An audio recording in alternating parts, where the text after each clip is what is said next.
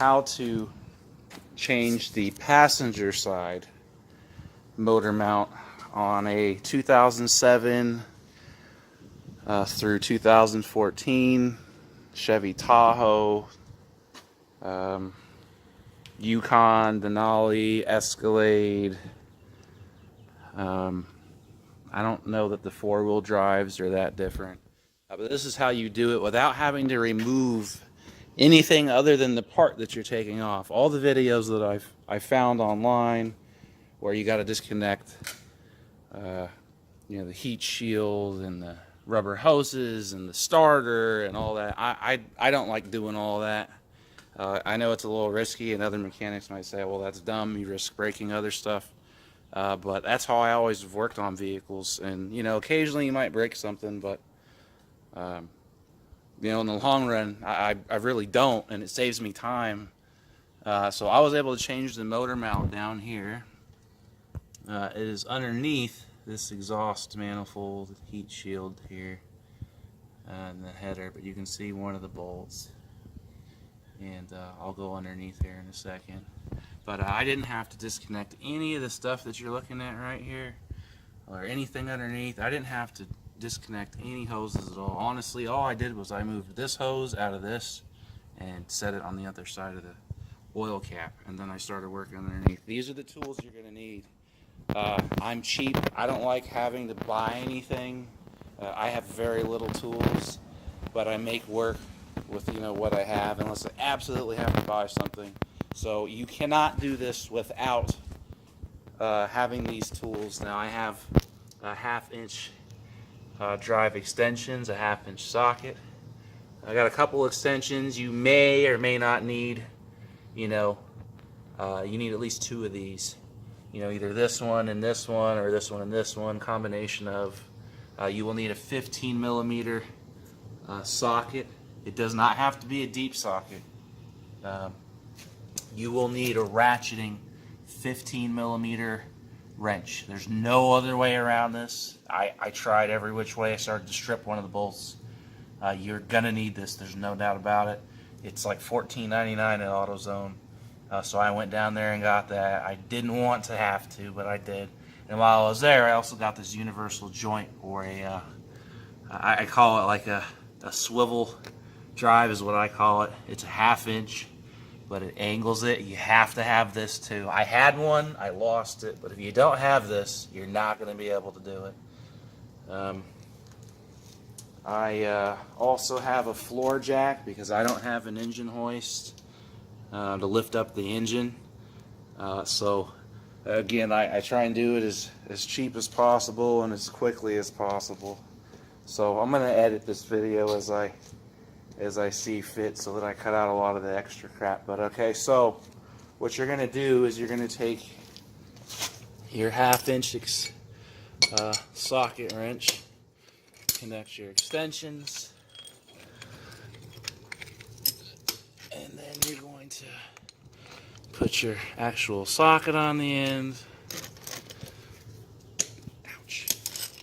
And then, now I didn't have this on a ramp when I did it. It's best to do it on the ground so that the jack can actually reach underneath. But what I did was I stood up next to the truck and I found my three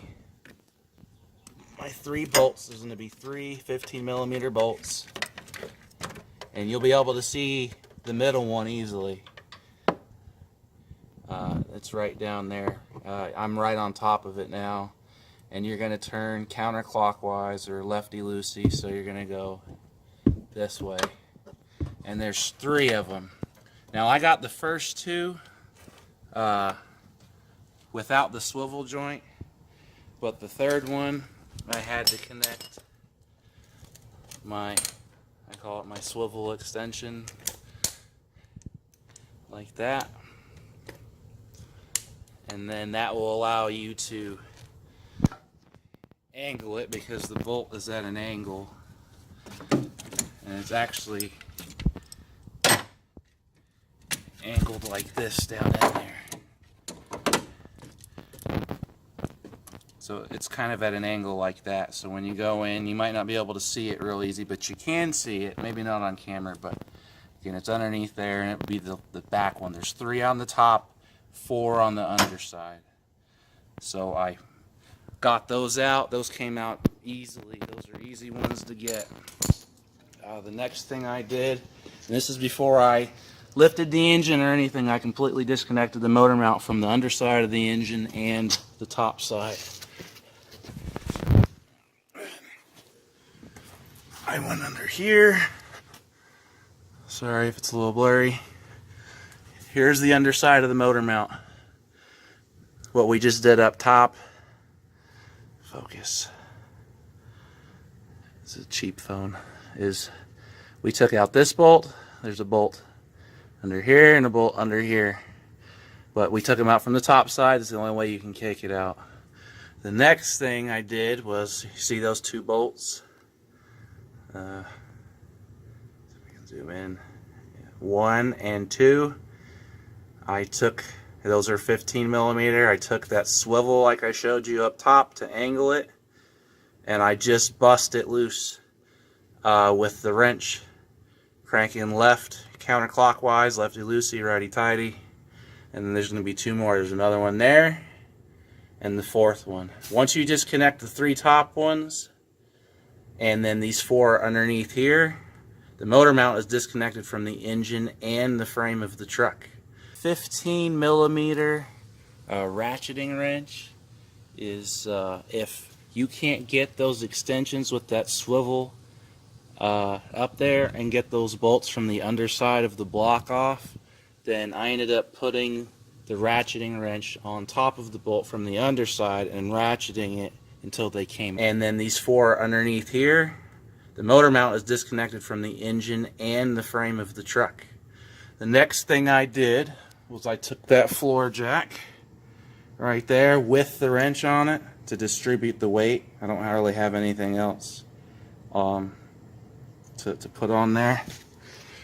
And I jacked up right here where the oil pan is. So I took my floor jack and I jacked it up right here. The oil pan and the drain plug right here, using that wrench to distribute the weight evenly. And I jacked it up and the engine lifted. It was a bit of a struggle to get the motor mount out, but eventually, because you have a heat shield, which I elected to not put back on, and I ended up kind of smacking it back this way with a little wrench that I had, and jimmying it out with this. Now you don't have to have this. You could use the extensions to smack it, but I ended up smacking the motor mount out behind the exhaust manifold, and then I brought it out. I turned my steering wheel all the way to the left when it was on the ground, obviously, and then right in here, you pull this back, you can see where I was working at. I pulled the motor mount out right through here. Now again, I didn't have to disconnect anything other than the motor mount itself and the bolts. Hopefully this helps someone. If you have any questions, I'll try and answer them in the comments. But again, I try to do this, because I'm on a budget, and I don't have a lot of the stuff that they say you have to have. And I did this in about 3.5 hours. But it was like 95 out in Florida, deep South Florida, so the humidity is a little rough.